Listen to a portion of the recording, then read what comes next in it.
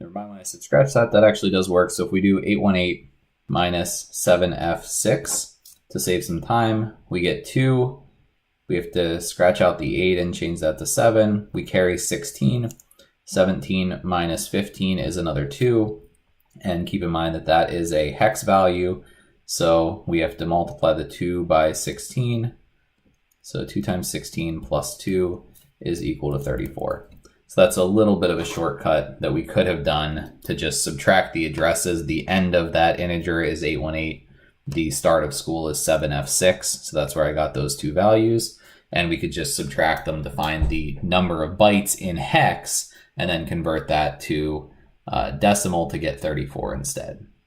So that would also work if you want to do that. Next up, annotate on the diagram where the variable sum would be stored on the stack. So at this point, you're running out of places. So as long as you know that it's not here and it's not overlapping something, which it's not, we can just see that it's coming after school in program order. And when we read the program order from top down, we write those things on the stack from bottom up. So if school is here, sum is going to be above it, right there. Okay, could the variable sum also be overwritten by the buffer overflow on string school? In this case, that answer is no, because it is above sum or above school on the stack. So because sum is above school on the stack, and we're only ever going to write things into the addresses below the thing that we're overflowing. So we can overflow everything else, but we can't overflow upwards. So sum is above school on the stack. Is fine there. Next up, which of the following statements is/are true of functions in general? Functions are subprograms used to break up large complex programs into smaller ones. That's true. All functions must have a return value. Not necessarily. You can have a void function that doesn't return anything. In this case, we do actually have one of those. If we look at calc display doesn't return anything. To use a function, we must invoke it with a return value.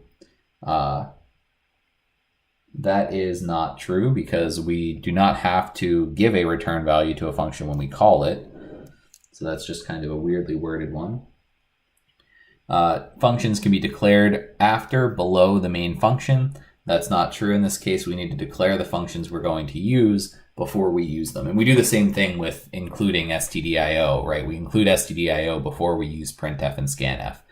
We do the same thing with our user-defined functions, that we declare them before we try to use them. And finally, the function parameters are placeholders for the argument inputs to the function. That is true. Anything we're passing into the function, the parameters are going to be what takes the value of our arguments. So that is true. And finally, explain the fundamental issue with C that makes a buffer overflow exploit possible. That's why we're learning C in this course, which is that C doesn't check bounds. So again, just keep that statement somewhere on your equation sheet. It will likely come up in some way. Okay, that's the end of the exam. Good luck.